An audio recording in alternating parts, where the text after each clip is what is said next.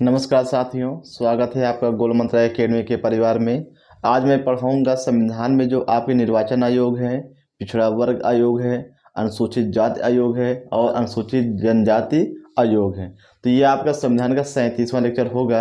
इसके पहले आपके 36 लेक्चर हो चुके हैं। अगर आपने नहीं देखा पीछे तो चैनल को सब्सक्राइब करें और सभी आपको वीडियो जो स्टेप बाय स्टेप प्लेलिस्ट में आपको मिल जाएंगे। चलिए हम स्टार्ट करते हैं। निर्वाचन आयोग। तो निर्वाचन आयोग आप जानते होंगे, जैसे कोई चुनाव जैसे होते हैं पंचायत के चुनाव राज्य का निर्वाचन आयोग करता है। जैसे हम कहते हैं आपके विधानसभा के चुनाव हैं और लोकसभा के चुनाव हैं, राष्ट्रपति के चुनाव हैं, उपराष्ट्रपति के चुनाव हैं। तो यहाँ पे जो चुनाव होते हैं इसकी जो जिम्मेदारी किसकी होती है? जो आपका होता है निर्वाचन आयोग होता है। क्या होता है? निर्वाचन आयोग। अगर हम इसके गठन की बात करें 1950 में इसका गठन हुआ है। कब हुआ है? 1950 में इसका गठन हुआ है। तो ये आपको याद रखना है। अगर पूछे कि वर्तमान समय में निर्वाचन आयोग कितने सदस्यीय आयोग है, ये 3 सदस्यीय आयोग है। तो इसकी कहानी अभी हम आगे बताएंगे। तो हम चलते हैं कि निर्वाचन आयोग का भारतीय संविधान के किस भाग में किया गया है? तो भाग 15 में। तो भाग 15 में निर्वाचन आयोग का उल्लेख किया गया है। अगर आपसे अनुच्छेद पूछे तो 324 से 324 से आपका हो जाएगा 329 हो जाएगा। क्या हो जाएगा? 324 से आपका हो जाएगा 329 हो जाएगा, है ना। तो 324 से लेके 329 तक क्या है आपका? ये निर्वाचन आयोग है। क्या है आपका? निर्वाचन आयोग है ना। इनका कार्यकाल कितना होता है? 6 वर्ष या 65 वर्ष तक। 6 वर्ष या 65 वर्ष तक जो पहले मिल जाए तो उसी के आधार पे क्या है, ये आपका रिटायर हो जाएगा। तो अगर आपसे पूछे कि निर्वाचन आयोग के जो सदस्य होते हैं, अध्यक्ष होते हैं, तो इनका जो कार्यकाल है कितने वर्ष का होता है? 6 वर्ष या 65 वर्ष। इनकी नियुक्ति कौन करता है? तो इनकी नियुक्ति की जाती है राष्ट्रपति के द्वारा। किसके द्वारा? कि निर्वाचन आयोग के जो सदस्य होते हैं, अध्यक्ष होते हैं, इनकी नियुक्ति राष्ट्रपति के द्वारा की जाती है। कितने समय के लिए? 6 वर्ष या 65 वर्ष तक की आयु के लिए, है ना।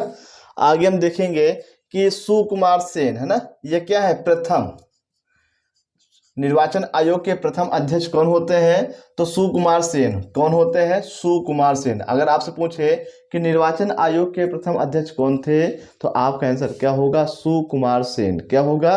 सुकुमार सेन। अगर पूछे निर्वाचन आयोग के प्रथम महिला मुख्य चुनाव आयुक्त कौन रही है? वीएस रमा देवी। ये प्रथम महिला है। ये क्या है आपकी? प्रथम महिला अध्यक्ष। तो ये प्रथम महिला अध्यक्ष कौन? वीएस रमा देवी। वीएस रमा देवी क्या है? ये मुख्य चुनाव आयुक्त प्रथम महिला रही हैं। जबकि पुरुषों में कौन रहा है? सुकुमार सेन। अगर आपसे पूछे कि वर्तमान में कौन है? सुशील चंद्रा। कौन है? आपके हैं सुशील चंद्रा, है ना। तो सुशील चंद्रा जो वर्तमान समय में है, ये आपके 24वें क्रम के हैं। किस क्रम के हैं? 24वें क्रम के हैं। इन्होंने सुनील अरोड़ा का स्थान लिया है ना, ये आपको ध्यान देना। तो ये आपके हो गए सुशील चंद्रा हो गए, है ना। ये वर्तमान के क्या हो गए? ये निर्वाचन आयोग के अध्यक्ष हैं। ठीक है। अगर आपसे पूछे कि वर्तमान समय में निर्वाचन आयोग कितने सदस्यीय आयोग है, तो आपको ध्यान देना है कि 3 सदस्यीय आयोग है। कितने सदस्यीय आयोग है? 3 सदस्यीय आयोग है। ठीक है। तो निर्वाचन आयोग वर्तमान समय में 3 सदस्यीय आयोग है। तो 1950 से लेके 1989 तक, तो ये क्या कहते हैं, आपका एक सदस्यीय आयोग था। क्या था? एक सदस्यीय आयोग था।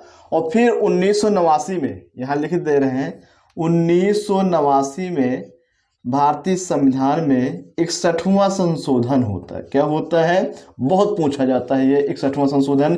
वेरी वेरी इंपॉर्टेंट कर लेना। 61वां संशोधन, इसमें जो पूछा जाता है इसमें ये है कि मतदाता की आयु 21 से क्या कर दी गई है? 18 वर्ष कर दी गई। क्या कर दी गई है? 21 वर्ष से 18 वर्ष कर दी गई है। और ये कब की गई है? ये 1989 में की गई। कब की गई है? 1989 में भारतीय संविधान में 61वां संविधान संशोधन करके क्या किया गया है? मतदाता की आयु 21 वर्ष से घटाकर 18 वर्ष कर दिया गया है। वेरी वेरी इसको इम्पोर्टेंट कर लेना, है ना। और इसी समय क्या किया गया है? जो चुनाव आयोग था, है ना, ये पहले एक सदस्यीय आयोग था। इसी संशोधन में 3 सदस्यीय क्या कर दिया गया है? 3 सदस्यीय कर दिया गया। तो कहने का मतलब है 1950 से लेके 1989 तक जो चुनाव आयोग था, ये एक सदस्यीय आयोग था। फिर 1989 में संशोधन करके चुनाव आयोग को 3 सदस्यीय आयोग कर दिया गया है। एक मुख्य चुनाव आयुक्त और 2 क्या है, अन्य चुनाव आयुक्त। और 1989 में संविधान में 61वां संविधान संशोधन किया गया है। इसमें क्या किया गया है, मतदाता की जो आयु है 21 से घटा के क्या कर दी गई है, ये 18 कर दी गई। कितने, 21 वर्ष से घटाकर 18 वर्ष कर दी गई है। जो आज भी वर्तमान समय में क्या है, हम लोग जो होते हैं 18 वर्ष के ऊपर हो जाते हैं तो हम लोग वोट डालने का, मत डालने का अधिकार है ना। तो ये किया गया 1989 में। कौन सा संशोधन, 61वां संशोधन क्या किया गया है, 21 वर्ष से घटा के क्या किया गया, 18 वर्ष किया गया। अब देखिए 1989 के बाद फिर से 1990 में फिर से एक सदस्यीय आयोग कर दिया जाता है। फिर से क्या किया जाता है, एक सदस्यीय आयोग। और फिर 1993 में क्या है, फिर से 3 सदस्यीय आयोग कर दिया जाता है। और तब से क्या अभी तक क्या है, ये जो आपका आयोग है 3 सदस्यीय आयोग है। कितना है, 3 सदस्यीय आयोग है ना। तो कितना है ये आपका, 3 सदस्यीय आयोग है। तो फिर से याद रखिएगा 21 से 18 वर्ष 61वां संशोधन 1989 है ना, ये आपको याद रखना है। प्रथम अध्यक्ष कौन है, सुकुमार सेन है। वर्तमान में कौन है, 24वें है, सुशील चंद्रा है। प्रथम महिला कौन है, वीएस रमा देवी है ना। ये आपके मुख्य बिंदु हो गए। भाग क्या है, 15 है। अनुच्छेद क्या है, 324 से 329 है। अगर हम बात करें कि चुनाव सुधार से संबंधित जो समितियां गठित की गई हैं वो कौन कौन सी हैं, तो ये भी कभी कभी पूछ लेता है कि निम्न में से कौन सी ऐसी समिति है जिसका संबंध चुनाव आयोग से है या फिर नहीं है। तो आपको ये याद रखना है के संथानम समिति, और दूसरी है तारकुंडे समिति, तीसरी है दिनेश गोस्वामी समिति, चौथी है वोहरा समिति और पांचवी है इंद्रजीत गुप्त समिति है ना। तो 5 समितियां आपको याद रखना है जिनका संबंध चुनाव आयोग से है। पहली है आपकी के संथानम समिति, दूसरी है तारकुंडे समिति, तीसरी है दिनेश गोस्वामी समिति, चौथी है वोहरा समिति, पांचवी है इंद्रजीत गुप्ता समिति। तो इस प्रकार से आपका निर्वाचन आयोग कंप्लीट होता है ना। आगे हम देखेंगे राष्ट्रीय अनुसूचित जाति आयोग है ना। राष्ट्रीय अनुसूचित जाति आयोग है, राष्ट्रीय अनुसूचित जनजाति आयोग है और राष्ट्रीय पिछड़ा वर्ग आयोग है। तो यहाँ से जो पेपर पूछे जाते हैं केवल अनुच्छेद ही पूछे जाते हैं। आप कोई भी वनडे एग्जाम है चाहे पीसीएस के एग्जाम हो, आप उठा के देखेंगे अगर यहाँ से क्वेश्चन पूछे जाते हैं तो जैसे पीसीएस वगैरह प्री वगैरह पीटी में क्या होता है, केवल अनुच्छेद पूछा जाता है, हमेशा क्या आएगा, मिलान के लिए आएगा। तो आपको अनुच्छेद याद रखना है कि राष्ट्रीय अनुसूचित जाति आयोग का उल्लेख भारतीय संविधान में किस अनुच्छेद में किया गया है, तो 338 में किया गया। 338 क्या है, राष्ट्रीय अनुसूचित जाति आयोग का उल्लेख है ना। इनका जो कार्यकाल होता है 3 वर्ष का होता है। क्या होता है, 3 वर्ष का होता है ना। और हम जैसे कहेंगे कि इनकी नियुक्ति किसके द्वारा होती है, राष्ट्रपति के द्वारा होती है। अगर हम यहाँ पे बात करें कितने सदस्य होते हैं, तो एक अध्यक्ष होता है, एक उपाध्यक्ष होता है, 3 सदस्य, तो कुल 5 लोग होते हैं। कितने होते हैं, कुल 5 लोग होते हैं। और ये जो कंडीशन है इसमें भी है और यहाँ पर भी है ना। ये चीज़ पूछा नहीं जाता, फिर भी जानकारी रखिएगा कि यहाँ पे कुल कितने सदस्य होते हैं, 5 सदस्य होते हैं, एक अध्यक्ष, एक उपाध्यक्ष और 3 क्या होते हैं, सदस्य। तो यहाँ पर भी वही कंडीशन है और वहाँ पर भी वही कंडीशन है। और यहाँ के अध्यक्ष एवं सदस्यों की नियुक्ति राष्ट्रपति के द्वारा की जाती है ना। आगे देखेंगे राष्ट्रीय अनुसूचित जनजाति आयोग है ना। राष्ट्रीय अनुसूचित जनजाति आयोग, इसका उल्लेख 338 का में किया गया। किसमें किया गया है, 338 का। तो यहाँ पे 338 है और यहाँ पे क्या है, 338 का है ना। फिर देखेंगे कार्यकाल कितना है, 3 वर्ष है। नियुक्ति किसके द्वारा होती है, तो राष्ट्रपति के द्वारा। किसकी नियुक्ति, यहाँ के जो अध्यक्ष होंगे, उपाध्यक्ष होंगे या फिर सदस्य होंगे, तो इनकी नियुक्ति जो की जाती है ये राष्ट्रपति के द्वारा की जाती है। अब हम आते हैं राष्ट्रीय पिछड़ा वर्ग आयोग में है ना। तो राष्ट्रीय पिछड़ा वर्ग आयोग में क्या है, 1953 में इसका गठन किया गया है। और उस समय जो आपके प्रधानमंत्री रहे हैं वीपी सिंह, कौन रहे हैं, वीपी सिंह के समय में है ना। तो वीपी सिंह के समय में क्या है, राष्ट्रीय पिछड़ा वर्ग आयोग का गठन किया गया है और 27% क्या है, आरक्षण ओबीसी को दिया गया है ना। इनका कार्यकाल होता है 3 वर्ष होता है।